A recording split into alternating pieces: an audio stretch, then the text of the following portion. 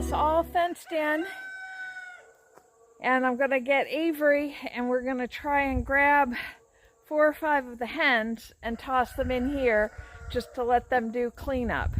I'm leaving the shed open, but I've got the door into the greenhouse shut just because you can kind of see from the clouds back here. We do have a chance of showers this afternoon, and I don't want the girls to be stuck out here without any shelter. But if I wanted to, there's a lot of extra of this fence, so this is going to be perfect for this use. And if I really wanted to, I could electrify this. There's a couple of gaps that would need to be repaired, but if I needed to, I could do it. But right now, this is going to work perfectly, I think, for this application. The girls could theoretically squeeze in between these cords. You can see, unlike the ones on the chicken run, there's a lot of space in between each row. But hopefully they're trained enough to the wire now that they're not going to try and do that, and they're going to be much more interested in what's in here than what's outside the fence. So they'll spend all of their effort in there scratching up and digging around. Let's go see if we can catch some chickens. Grab her.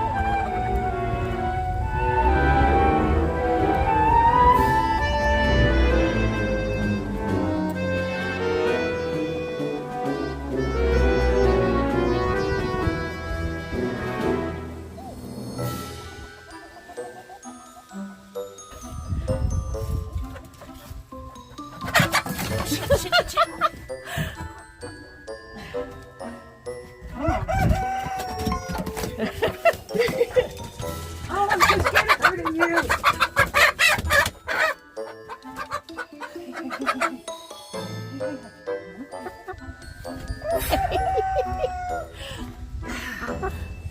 I know.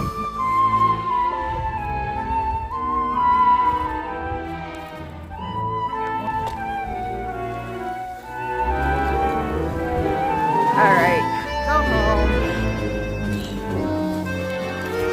Come on, here.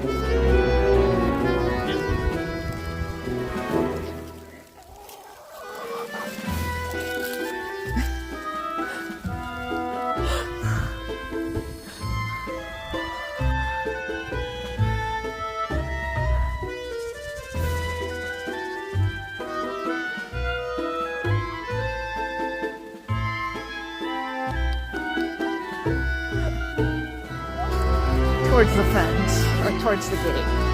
Just open the gate for her. Yeah, there you go. All right, well, that was ridiculous.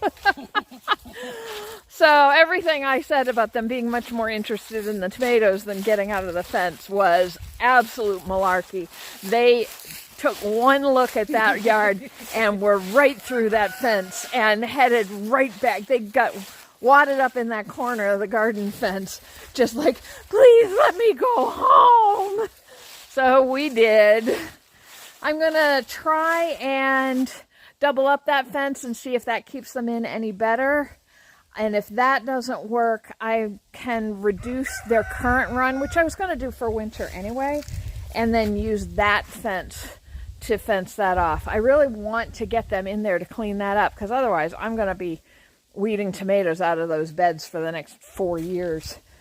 But it's starting to rain off and on, so we might as well just leave everybody where they are, and we'll try again this afternoon.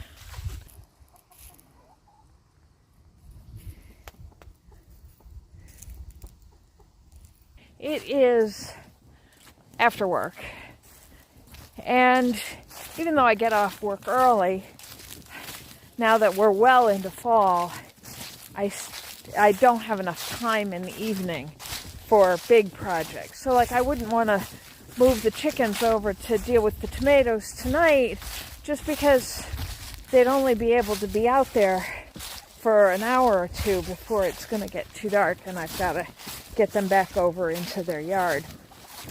So I'll leave that for at least for tomorrow. I double checked the fencing that I have, and even if I doubled it up, that would fix the holes this way, but not the holes this way. So they'd still be able to just walk right out, which isn't going to help the situation at all. So I've got to decide if I want to go to all the effort of taking down their fence now. It's earlier in the season than I would have wanted to, but it's also October, so it may be time to start thinking about reducing some space. So I do have, what sunset is at 6:15 right now, I think. So I have a little time. So I think I'm just going to grab the rake and the sweeper and start catching up on all of these leaves that got ahead of me while I was traveling.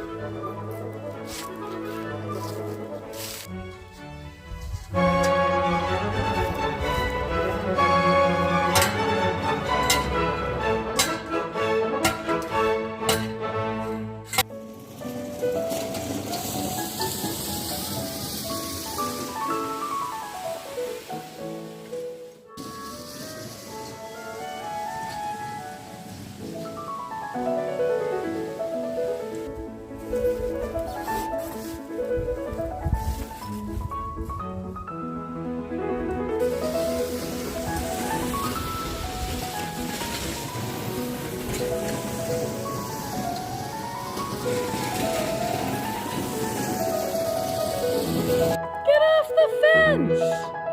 You don't belong up there. What are you doing up there?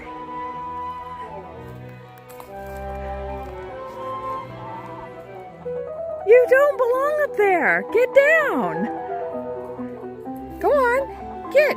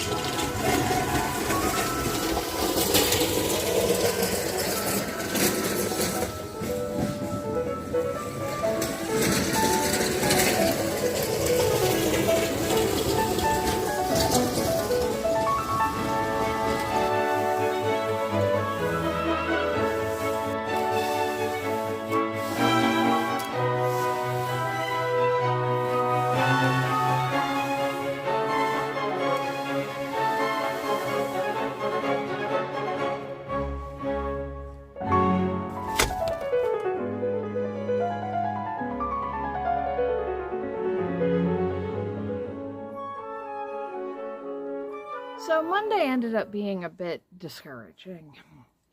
I had the chimney sweep come out finally and got the chimney cleaned, which was great. I haven't had it done since I moved in, and I don't suspect that the folks before me had it done before they moved out.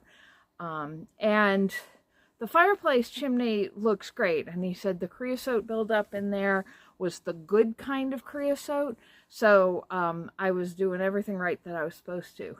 Unfortunately, the chimney for the furnace is collapsing. The problem with an oil furnace is that the fumes it gives off over time become sulfuric acid and eats through the lining of your chimney. And that's exactly what's happened here. It ate through the lining and it's slowly breaking down. This is not a great time of year for that, to find that out, because I'm technically not supposed to turn my furnace on. I'm okay for that right now. Unfortunately, they can't get out to replace it until the beginning of December. And I suspect November is going to get a little chilly. So I may have to fudge that a little bit. And then that afternoon, I went to do some yard work and the mower wouldn't start. I'd only been gone for a week, but all the batteries were flat. So I brought them in to charge them up, and 2 of them weren't working. So I had to call the manufacturer, and they're very good about their service. So once again, I spoke to somebody and he had me check a couple of things on the batteries, and without any problem said, we'll ship you some new ones. They'll be there in 7 to 10 days, which is great. But so right now I'm running on 2 batteries, which is shortening my work time significantly. Between that and the early sunsets, it's challenging for me to get anything done.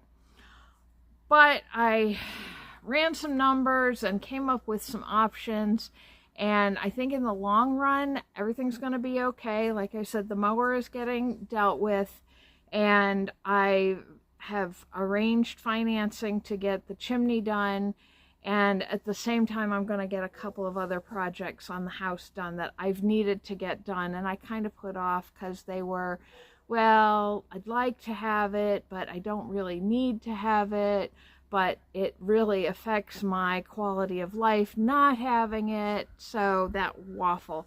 And since I have to take out a loan anyway, I'm just taking out enough to do those other jobs as well. So in the long run, I'm in an okay space, but that's part of the challenge of living like this, is knowing when to put up with things the way they are, adapting when something like this goes critically wrong. And now I'm in a better situation if something else goes critically wrong, that I can get it fixed and not have to worry about it. But so now I've got 12 more loads of leaves piled up on the berm there, and again, it's not perfect, but it's better. I still have to do the upper pasture. That's pine needles, and they don't sweep up so well. So I think I'm going to have to go at that with a rake and then try and sweep it.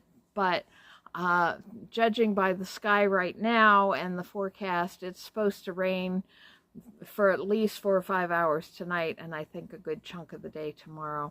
My mom keeps sending me messages about the aurora borealis that we're supposed to be able to see tonight, and I'm sending her a picture back of the sky, which, as you can see, is not marvelous.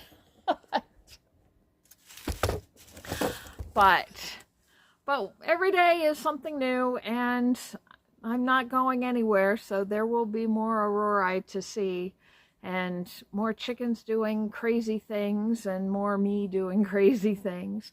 So thank you for coming along, and I hope you'll come back and see what we get up to next. Good night, everybody.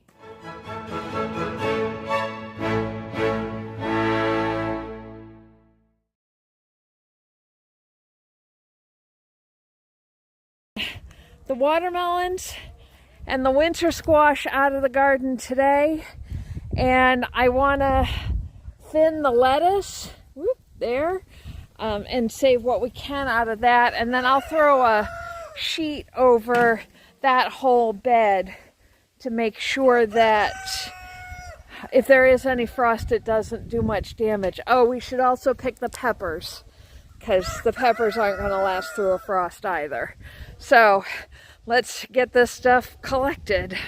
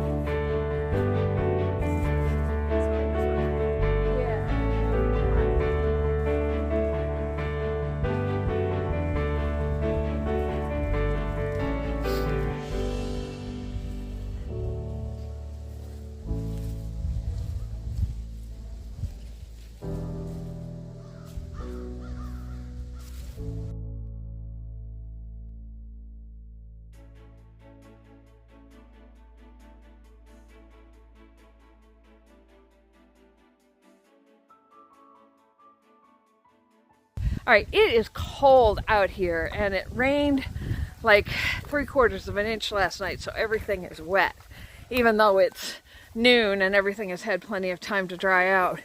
But so I've got a big bucket of lettuce.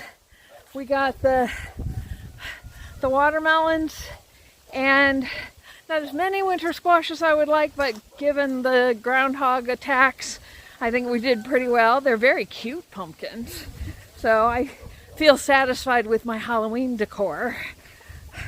So I'm going to take these in and wash them up and divide them up with Josh and Avery and get inside and get warmed up. I don't think much is going to happen today because you can kind of see from the sky we're expecting more rain. So we'll just make do with what we've got and come back out tomorrow to actually accomplish anything. I think I'm going to start a fire because it's just really chilly. Of course, it doesn't help that I can't turn the furnace on. So, all right, so we'll check back in.